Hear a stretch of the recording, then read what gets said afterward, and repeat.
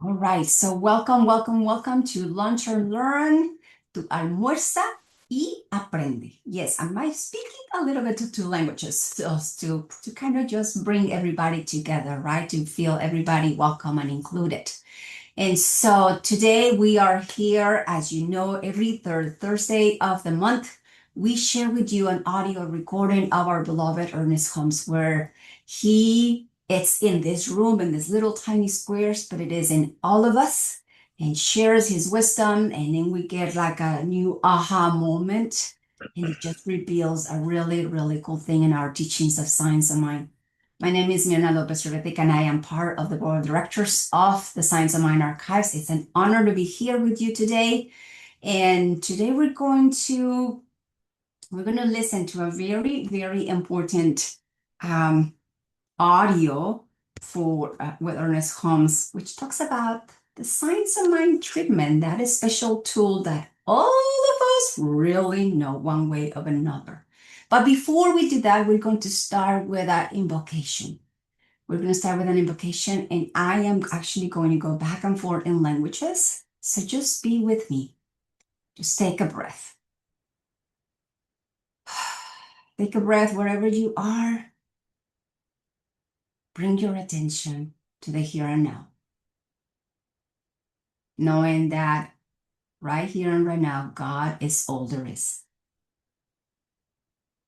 En este cuarto, en esta habitación, en esta presencia, Dios es todo lo que es y lo que existe.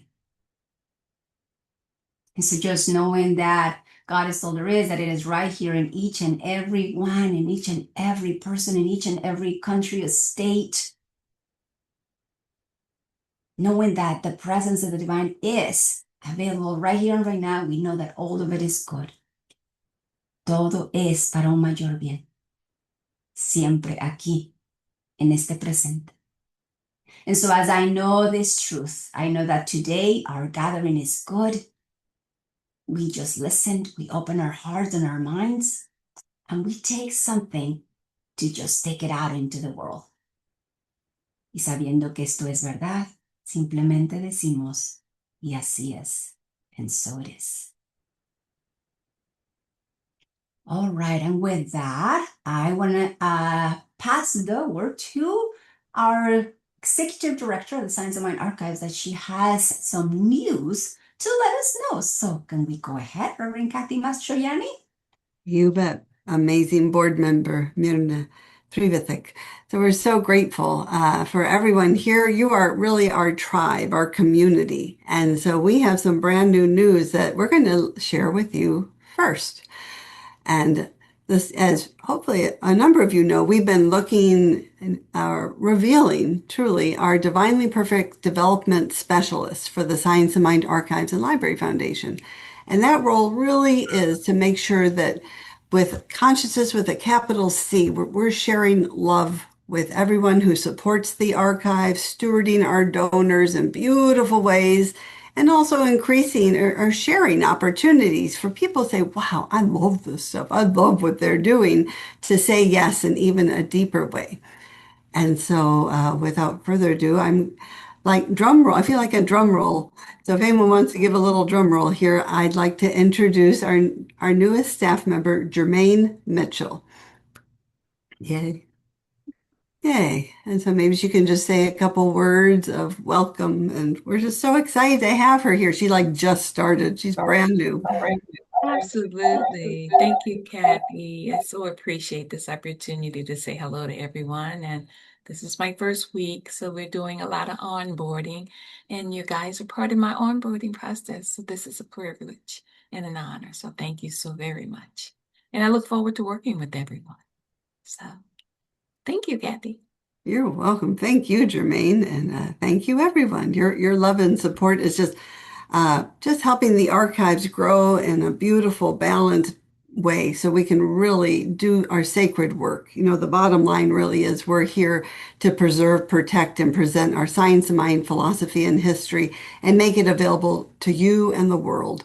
And so all of our support is making that happen. And so thank you for letting me jump in on the beginning, because I have a plane to catch. So I'm heading off founders, and I'm so excited to be a part of the next evolution of their history as they bring in their new senior minister. So maybe I'll see y'all in California. But all right, you have a wonderful lunch and learn, and thank you all so much. All right, all right. So safe travels, Reverend Kathy. Thank you for everything that you do. And I see Lorenza. Lorenza, my dearest Lorenza, thank you for coming back. At this moment, we don't have any Spanish speakers. Okay. So if you want to sit here, welcome, listen to Ernest Sure, Holmes, or sure. if you want to take a break for today and that's whatever. Or I can stay for a while, make a signal if somebody comes in. Okay. And as soon as that happens, put me in the interpretation mode. Otherwise, I'll just enjoy. Okie dokie. Okay. Perfect. Okay. Thank you. Thank you. Gracias. All right. So we're going to start with, let me share the audio. Today, we're going to learn about the best way of healing is through science of mind treatment. So I invite you to listen, go just, even if you choose to close your eyes to what Ernest Holmes has here to share with us. So let me just put my click on here.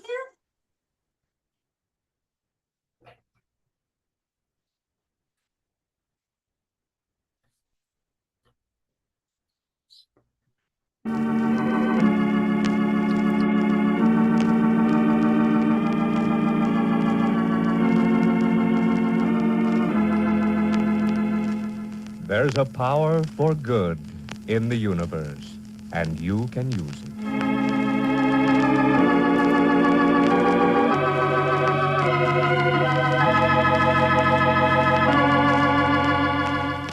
Every Sunday, we invite you to join us in listening to a series of inspirational programs featuring Dr. Ernest Holmes, noted author and spiritual leader in This Thing Called Life.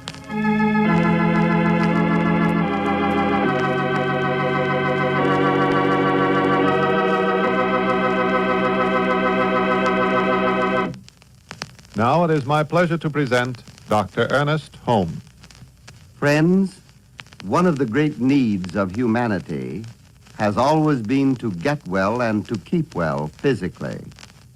And today, I'm going to talk about spiritual mind healing and how we may best cooperate with medical science in keeping the patient in a position to help himself while the physician takes care of his physical needs.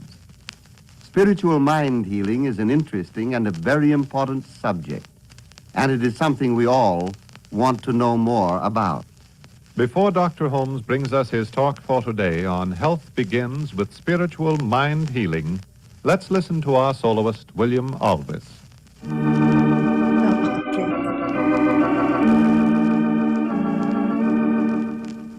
He healeth me, O blessed thought, O words with heavenly comfort fraught.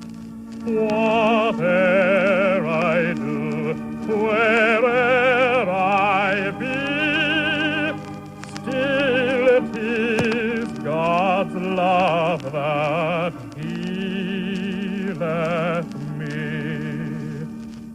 He healeth me by his own power. He healeth me.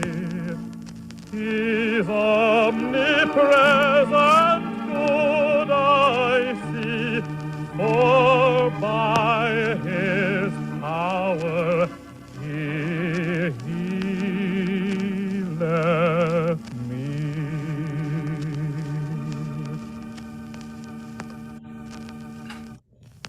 Thank you, William Alvis. And now, Dr. Holmes.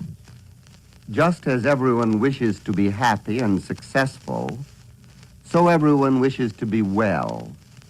Today we are hearing a great deal about psychosomatic medicine, which means body-mind relationships, and a great deal about the part our thought and emotion plays in our physical well-being. And now let us consider the influence of faith to our health. When we speak of the part that faith and prayer play in physical health, we are not denying that people are sick or that they need medical or surgical attention, but rather we are trying to find out how best to help the physician and the surgeon in their attempt to keep us well. If we are to enjoy the best possible physical health, we must learn how to combine the arts and skills of science with prayer and faith. Any doctor will tell you that he prefers to have a patient who has faith, and the more faith one has, the better his physician can work for him. For man is more than a physical body, and he is more than a mental mechanism. He is also a living spirit. And just as modern psychosomatic medicine is telling us that we can hardly find out where the mind begins and the body leaves off, so we may add that we can hardly tell where the spirit begins and the mind leaves off. For spirit, mind, and body are closely related with each other. You are really a spiritual being right now, having a mind and using a body. Life has given you a body to use, a mind to think, and a spirit to act. When we find the right relationship between spirit, mind, and body, we shall see that physical healing ought always to be closely tied in with faith, with prayer, and with spiritual meditation. Spiritual mind healing means that we keep our mind open to spiritual power, that we actually believe that God is right where we are, and that a power greater than we are can be called upon, and that it will always respond. In actual practice, this would mean that you take time each day to sense and to feel the divine presence around and within you. In order to do this, it seems better to reduce your thoughts to a few simple statements or affirmations, such as saying, God is right where I am. Divine life flows through me now. I am one with the presence and the power of the infinite. It is certain that you and I did not create ourselves. Therefore, we must be the result of a power greater than we are. And only in drawing closer to this power, which is greater than we are, can we hope to maintain a physical well-being. It is now known that many of our physical troubles can be traced to emotional conflicts deep within the mind. These conflicts arise largely from a sense of insecurity, from the feeling that we do not really belong to life. And here is where faith plays such an important role, perhaps more important than any other one single mental attitude. Faith produces calmness. It establishes a sense of being one with a power greater than we are. And it does more than this.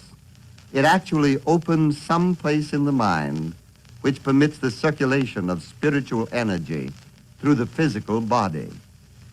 In doing this, we need never deny that we are sick or that we need physical help. For it isn't the denial of life in any of its forms that gives us the power to live. It is not the denial, but rather the affirmation of the presence and the power of spirit in us that helps us. And so you should try to keep your mind open to this thought and consciously entertain it 100 times a day, that it is the spirit that is circulating through you. And since the action of the spirit cannot be obstructed by anything outside yourself, when you do keep your mind open to it, it will flow through you, for this is its nature. And now let us consider some definite mental attitudes you might entertain. For we should not keep this vague or up in the air, but rather bring it right down to earth and into our everyday experience. If you watch yourself carefully, you will be surprised how many times every day you are denying the influx of life. For instance, when you say, my poor head, or my weak heart, or my bad circulation. You are not helping matters any. So all of these statements should be reversed, and for every denial, there should be an affirmation. These affirmations should be reduced to simple thoughts, and then they should be consciously used. For instance, there is one heart, one rhythm of life, one pulsation of living in everything, and you should affirm that you are part of this rhythm. God's heart is undisturbed, and in your thinking, you should tie the action of your heart back to the great heart that beats in rhythm and in harmony with everything. There should always be a complete cooperation between the physician and the patient. To the doctor's skill is added the patient's faith. For really what a physician or a surgeon does is to try to help the body to keep it in tune so that the natural healing currents of life can flow through it. Perhaps a bone needs to be set or a physical obstruction removed. This is a mechanical process, and the science of surgery has methods for doing this. But the doctor knows better than you and I do that his chief function is to assist nature. He cannot inject a sense of well-being. He is in the same position that you and I are, doing everything he can to assist a power greater than he is, a power greater than we all are, to establish its own rhythm in us and to perform its own function through us. The best patient is the one who has the greatest faith. And the person the most likely to get well and keep well is the one who daily practices using his faith. He practices using it through making definite affirmations which prepare his mind to receive the power and the energy of the living Spirit. To believe in God is the most natural thing in the world. Indeed, it is far more natural than it is to disbelieve in him. To accept life is easier than it is to reject it. And if we train ourselves a little, it is just as easy to affirm as it is to deny. And now suppose we reduce this to a few very simple methods. Suppose you don't sleep well at night, but turn and toss until finally a sleep and rest seem impossible.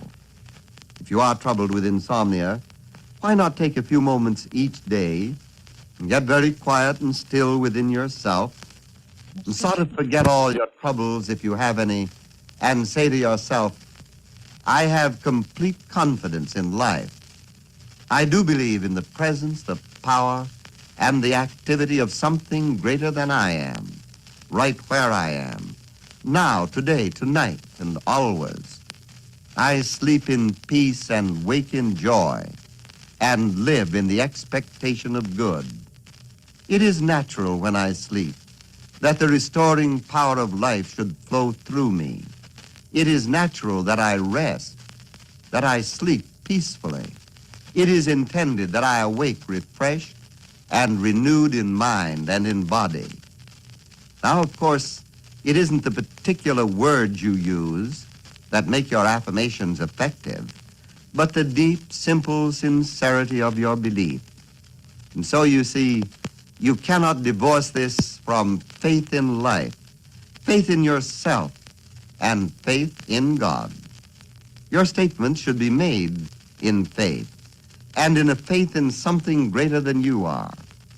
If you do this a few times each day, I am sure you will be happily surprised at the results. And we are also told to pray for one another, for faith reaches way beyond our personal lives and can react on others as well as in ourselves. Why don't you try this sometime? Try it for someone else, and instead of saying, I sleep in peace and wake in joy and live in the expectation of good, say he or she sleeps in peace and wakes in joy and lives in the expectation of good, actually believing your affirmations, believing that they are the truth about the person of whom you are thinking. Now, you are not trying to influence this person or control his mind. You are not suggesting anything to him. You are merely coming to an inward feeling about him. And I look forward confidently to the day when the physician, the psychiatrist, and the one who uses spiritual power will all cooperate. Each will understand the other, and they will all find that they are trying to do the same thing. The physician to the body, the physician to the mind, and the physician to the soul.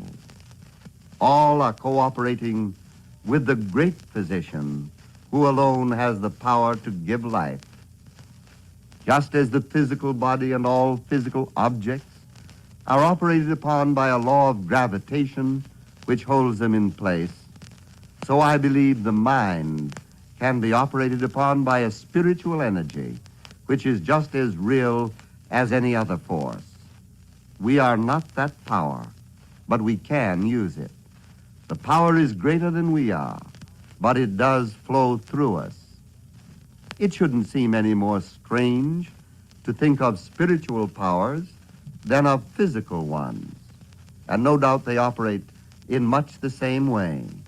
The only difference being that physical powers operate directly upon physical objects, and spiritual powers operate upon the mind, which in its turn operates through the body. It is in this way that we bring spirit, soul, and body together. This is why the Bible says that we are spirit, soul, and body. You see, this statement does not deny the body, but includes it in a larger system. It doesn't call for a denial either of the body or the mind, but adds the idea of spirit. For you are a living spirit right now. This is the way God has made us, and we cannot change our own natures. There is an ancient Chinese teaching which says that man has a physical body, a mental body, and a spiritual body.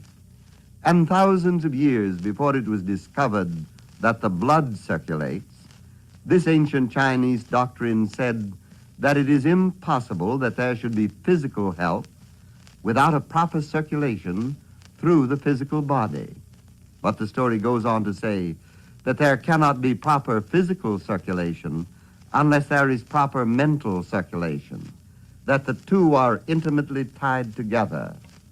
And our Chinese sage said that there is also a spiritual body. Just as St. Paul said, there are bodies celestial and bodies terrestrial. And just as there must be a circulation in the mind, so there must also be a circulation of the spirit in us, if there is to be a whole man. This is the meaning of spiritual mind healing, which is not a denial of the body, or is it a denial that we are ill? It is rather an affirmation that just as the mind and the body are tied closely together, so the spirit and the mind have a close relationship with each other. If we keep it as simple as this, we shall better understand what Jesus meant when he said it is the spirit that quickeneth. And we shall be cooperating with all the forces of nature, the physical, the mental, and the spiritual. But because of our ignorance, we have accepted the physical forces, but not the spiritual ones. Now we need to unite the whole thing in one system. Keep our head in the clouds and our feet firmly planted on the earth, while the mind accepts the simple fact that we live and move and have our being in the living spirit, that it flows through us, as the ancient Talmud said, closer to us than our own neck vein.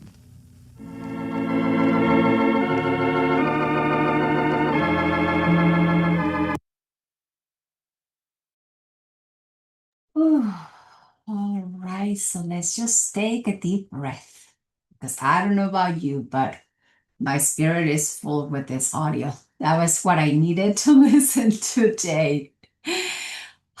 So we're gonna, for all of you that you're part of this series, that we'll send you with some friends that you might know or might know to a little room, and then you get to share what what this audio gave you, what you felt, what you thought, and when you went, oh yes, you had an aha moment. So I am going to, the rooms are made. If you see that you're by yourself with two, I'm going to start switching because I had all of you in little boxes, and then now everybody's popping out, so I have to rearrange. So if you see that there is two people, just stay there. I'll bring one of another one, so there's not too many. You just give me a second. You have about 15 minutes to chat. Make sure that everybody shares and just have fun. All right? Just please accept.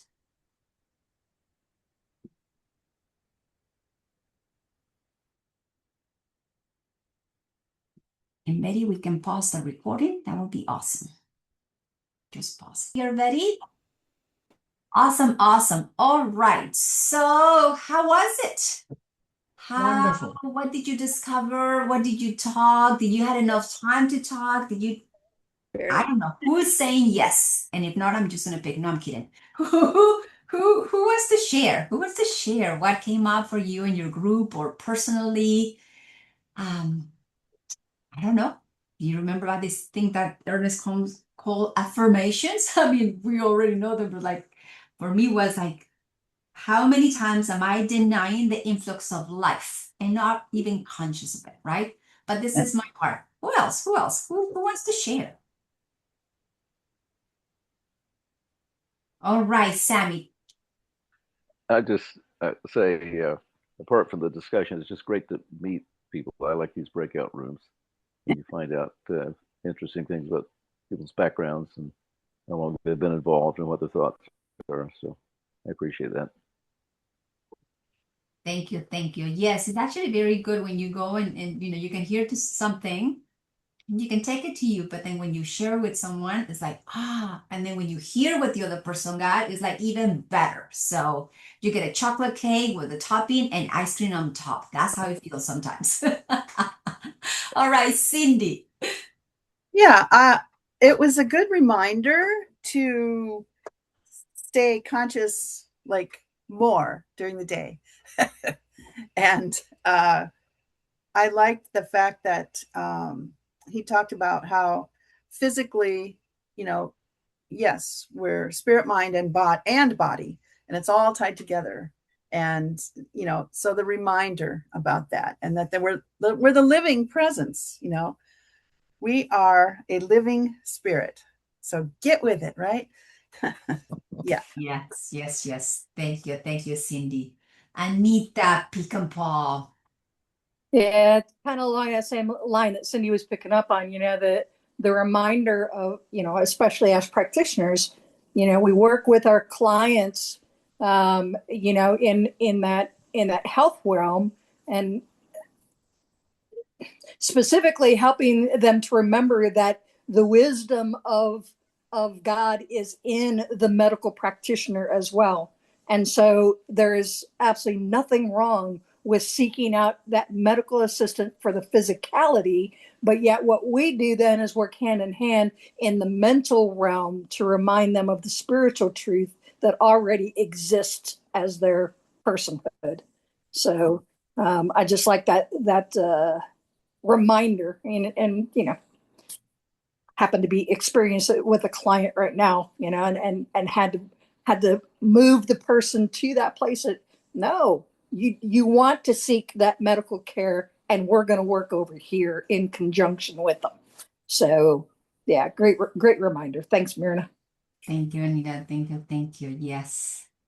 He actually said also the daily practice, right? So how many times do we use science of mind treatment for when we are not okay, which is great, right? We have a broken leg, we treat for and everything but also what about if we do it in a daily practice, regardless if we don't have anything going on, use it as grateful of it. So yeah, at least that's what I got for me. Who else wants to share? Hi, this is Jeannie. Jeannie. Mirna, I'll just mention, because I really miss this feature when we had the Creative Thought magazine. They provided a daily treatment for us every day. And fortunately, I have a whole stack of them because I didn't get rid of mine. But man, oh man, oh man. So to your point, I just wanted to offer that was a good deal. A daily treatment. Yeah, I don't know if you are familiar, but we used to have this magazine called The Creative Thought, and I gather it was founded, I'm going to exaggerate, probably about 100 years ago, by Raymond Charles Barker. And it continued, I think, until December 2014. And man, oh man, oh man, oh man. So some people might still remember it, but it was awesome. It's in the archives now. Yes. But it is indeed. I, We I, do I, have that. I, We actually, I'm sorry it's no longer being published and made available.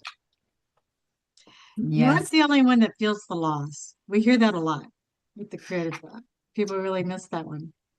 Thank you. Well, maybe we can go through the archives and find it, right? Okay. Yeah. That's another way to download it and look it up and go and see all that stuff. But thank you, Jeannie. Thank you for sharing that. Cheryl, I see your hand is raised. I was going to say the same thing. I've downloaded all of them off the archives. I have them all, and I've read all of them, and all my favorite ones I printed out, so I have my own little book of them. But I do miss that, Jeannie. I really miss that Creative Thought. That was a good magazine. So. Science of Mind magazine is always looking for suggestions of things to include within the current magazine. So that might be a suggestion somebody would make to have them start including a daily treatment column. Yeah, that's a good idea. Well, I'm also going to highlight here the president of the archives, Jim Van Cleef, as he's present here and listening to this conversation, that we can maybe take this into one of our board meetings and discuss and see what we can do to support it. I don't know. What do you think, Jim? Well, the bunch of things. Yes, we had the Creative Thought magazines, every single one of them. We have the Science of Mind magazines back to 1926. And by the way, a really nice gift you can give someone is to look up the year and the day of their birthday. Wow. I mean, if you want to, October the 10th, 1942, whatever, you can find that page of the daily affirmations, and you can print it out and frame it. And it makes a nice little gift. Anyway, no, I think it's a great idea to have a specific healing. But of course, now the magazine is not under the control of the archives. That's CSL. That's the publications department, which is Holly Sharp, who is a very, very wonderful and very reasonable person who might she just might like that idea. So thanks for bringing it up. Yes, Okay. we can get word to her. And Yes, okay. We'll put it on our things to have in our board meeting and discuss. Awesome. Yeah. Karina, thank you, Jim. Karina, you had your hand. I couldn't find the little icon for the hand raise. Yes, I too miss the Creative Thought magazine. I brought the final complete year with me down to Mexico. And each Sunday on my talk, I will read from that date. So Sunday, June 21st.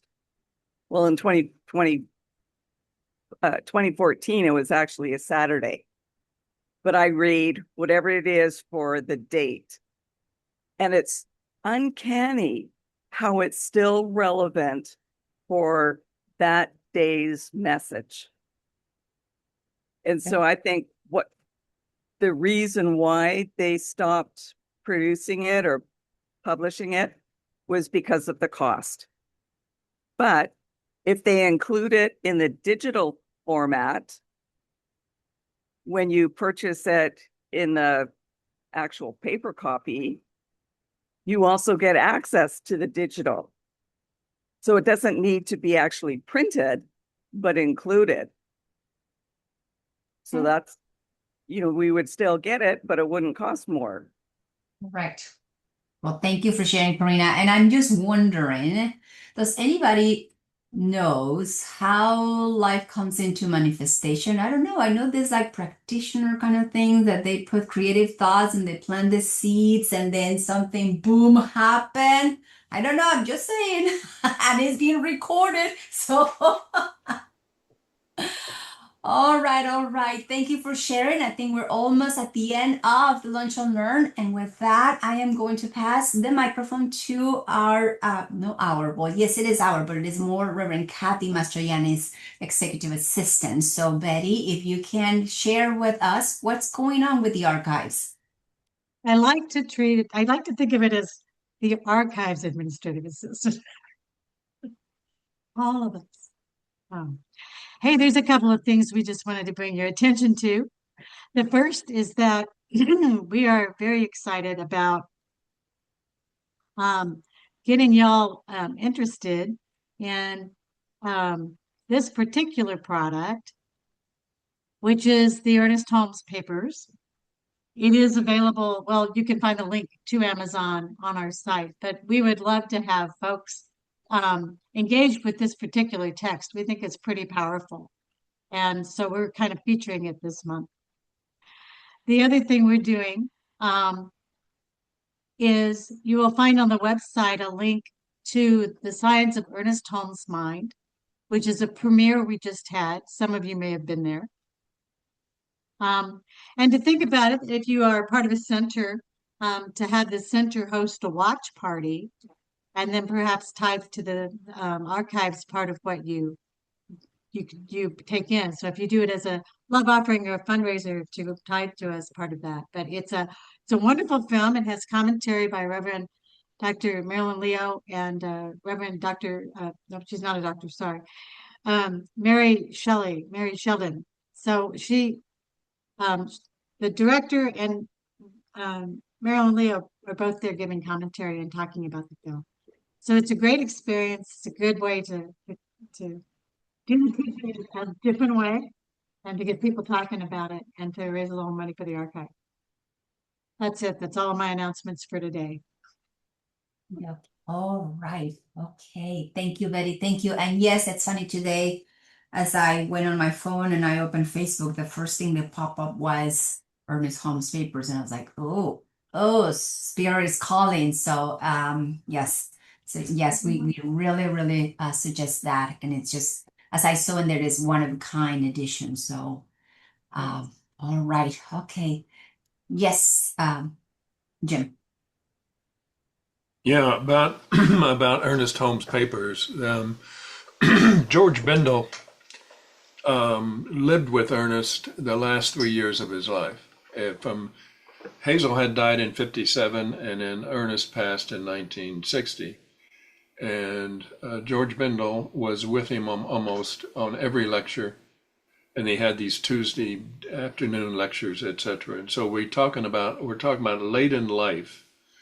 Also, the Silomar book, which is very, very important if you don't read that. That takes the late 1950s toward the end of Ernest's life again, and it's all his lectures, all except 1 year, I think, up at Silomar. Now, these books are a different angle. I mean, you can read his textbook as a textbook, but when you get down to his speeches late in life, this guy really said some things that he had never said like that before. I mean, he was very, very human and a lot of jokes. He had these jokes. They were kind of like granddad jokes, but they, I recommend those two books as just simply light reading, if nothing else. It's also heavy theology, but in some areas, but you know how Ernest did. But the late in life books, I'm saying, are quite different than the earlier ones. You know, New Design for Living, the textbook, the courses, all that is pretty straightforward student type of work. But his lectures are something else. Anyway, I think we're running out of time, aren't we, Mirna? So You are just in the perfect time. So thank you for sharing that. And if you have any questions about theology, you can always call and text Jim. No, I'm kidding. Because he will help you to understand that. All right. So we have come to the end of our Lunch and Learn. Thank you so much for being here with us. If you're part of this family already, if you like what you get to hear and share and experience, go talk to your fellow practitioners. Let them know that we're here every third Saturday. No, sorry, no Saturday. Every third Thursday. Forget that in the recording, Betty. Every third Thursday of the month. We are here 12 Mountain Time for an hour where we can hear and we can get empowered and just share. So also visit the website, whatever's in there, become a friend of the archives. Also visit Facebook, go like us, share also. Just let's just create a way of abundance and share the Science of Mind teachings with everyone. Those that know us and those that they don't know us, but we might get to knock on the door of Facebook or whatever it is. So thank you so much for being here. We'll see you next month and have a great day. Remember, stay present to what we deny or what we affirm, right? Adios. Hasta la vista. Thank you. Bye. Aloha. Aloha.